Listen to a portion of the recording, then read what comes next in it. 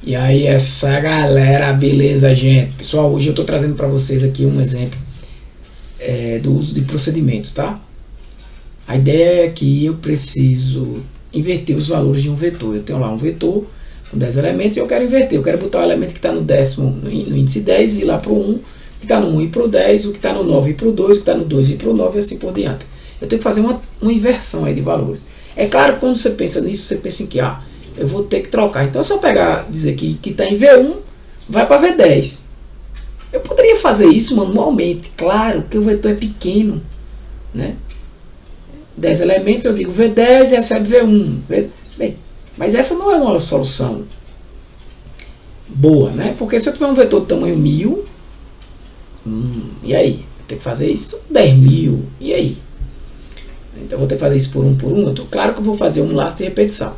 Mas a partir do momento que eu faço um laço de repetição para fazer essa inversão, eu posso perguntar assim, beleza, se eu digo que V último, ou seja, o último elemento do vetor, recebe V primeiro, o primeiro elemento do vetor. Primeira coisa que eu tenho que fazer. Tá. Mas se eu disser isso, eu vou perder o valor que está no V último, que está no último elemento do vetor. Vou perder o que está lá. Né? E não tenho como recuperar mais. E aí como é que eu faço para resolver esse problema? Então para eu não perder, antes de eu fazer essa substituição, antes de eu dizer que V último recebe o primeiro elemento do vetor, eu digo o quê?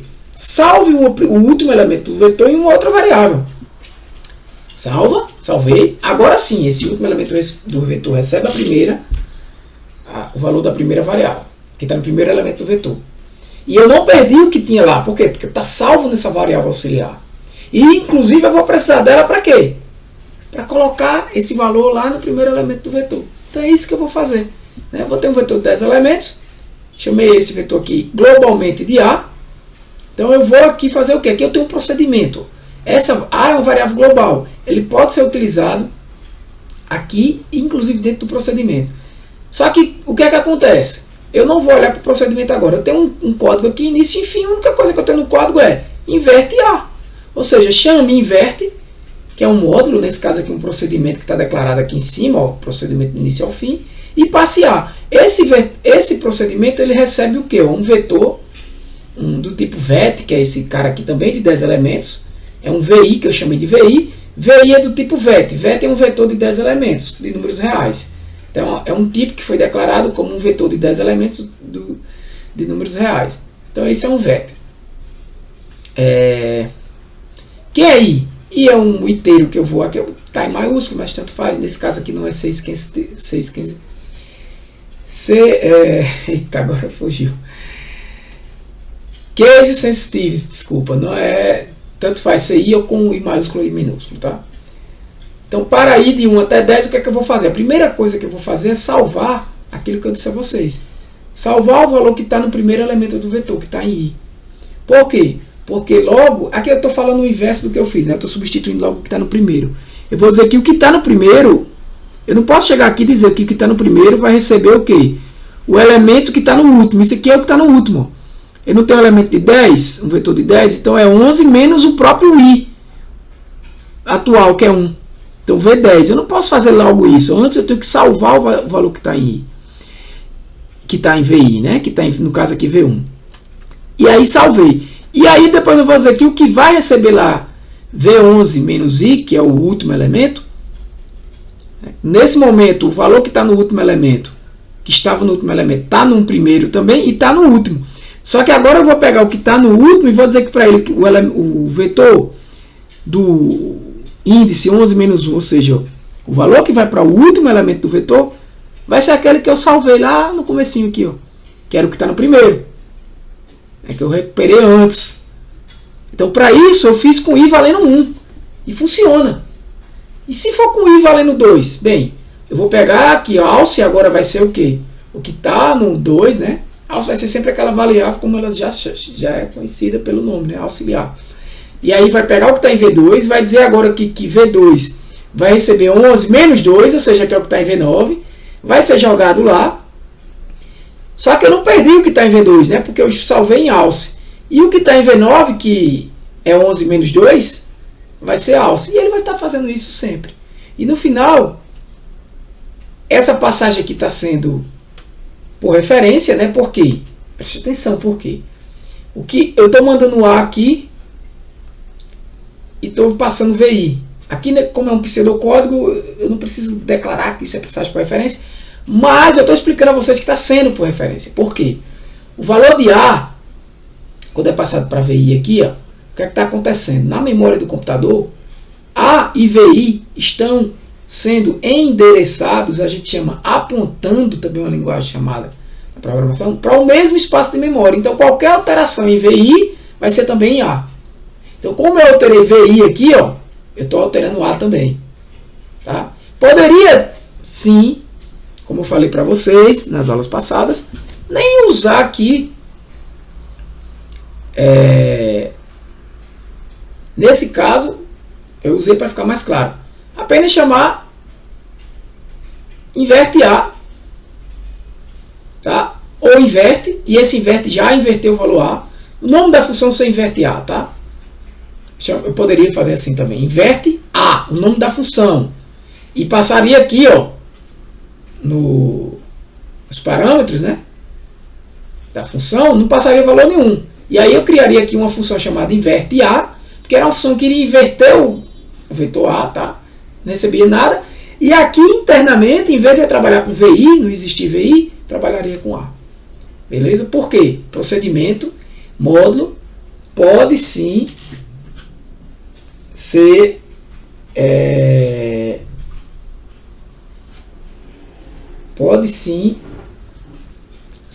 utilizada dentro do procedimento, tá? Porque a função é uma variável global. Beleza? Como já foi explicado. Aqui o algoritmo inverte matriz, aqui é a mesma ideia, só que para inverter uma matriz. Então o que é que eu vou fazer? Preste atenção. Eu vou definir a minha matriz, do mesmo jeito vou chamar ela aqui, da mesma coisa. Qual é a diferença aqui? A diferença que agora eu vou ter que ter dentro do meu procedimento dois laços, né?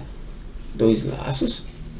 E quando eu for inverter aqui, eu vou pegar I, J, que é o II, tá? E eu vou dizer o quê? Que 1 vai receber JI. Esse inverte aqui é a matriz que vai...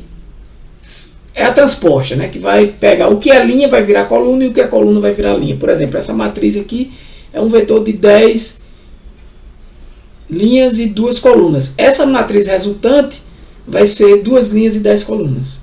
Então o que é que ele vai dizer? Ele vai dizer que MIJ vai receber MJI, somente. Porque J nesse M11 vai receber M11 no primeiro, beleza. E MJI vai receber o auxiliar. Beleza? Então assim, esse auxiliar aqui, ó, vai receber agora J, vai ser 2, né? 1, 2, vai ser 1, 2, linha 1, coluna 2. Então, linha 1, coluna 2 vai receber o quê? Linha 2, coluna 1. O valor que tinha na linha 2, coluna 1. E o valor que tinha na linha 2, coluna 1 vai ser armazenado aqui. Vai receber aqui a alce. Né? Por quê? Porque ele vai receber o que estava na linha 1, coluna 2.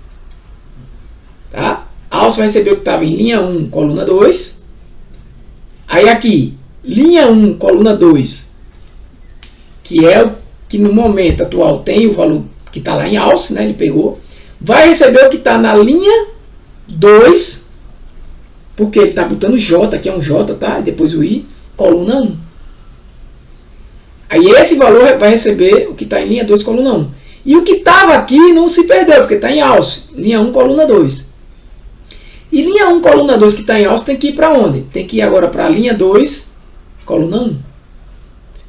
Que era o que antes que tinha em linha 2, coluna 1 foi colocado em linha 1, coluna 2. É só uma inversão.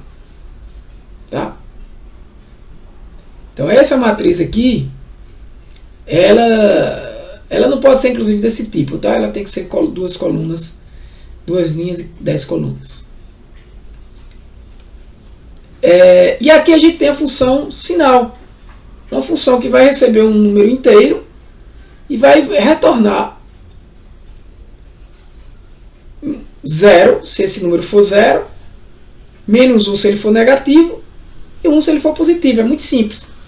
Ela recebe como parâmetro inteiro. Então eu pergunto, se x for maior do que 0, x é o valor dessa variável que é recebida aqui como parâmetro. Esse x só funciona dentro dessa função sinal, tá? O escopo dele é aqui dentro. Então retorne 1. Porque é a função que vai retornar positivo. Se não for maior do que 0, é porque ou ela é igual a 0 ou ela é menor do que 0. Beleza? Se for igual a 0, retorne 0. Se não, é porque não é igual a 0. E também, se entrou aqui, é porque também não é maior do que 0. Então é menos 1.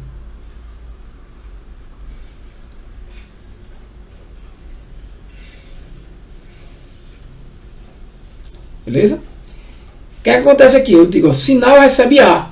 Eu não li A aqui. Li A, recebi um valor. Número 10. Ele não executa essa função não, tá, gente? Ele pula para início e fim do algoritmo. Sinal, aí eu chamo função sinal. Veio para cá. Aqui eu não estou considerando também minúsculos, maiúsculos, tá? Vai funcionar. Aqui, ó, sinal, se é maiúsculo, se é minúsculo. Tá maiúsculo aqui, minúsculo aqui, mas é a mesma função. Eu passo o valor que eu li. Vamos dizer o 10. Quando chega aqui, ele é maior do que 0? Então retorne 1. Tá? E aí, ok. Finalizou, retorna 1. E ele não retorna, não aparece mais nada disso. Beleza? Então, gente, é isso aí. Isso é uma ideia, uma implementação desses pseudocódigos. Próxima aula a gente traz soluções usando Visual Algo, usando procedimentos e usando funções. Beleza?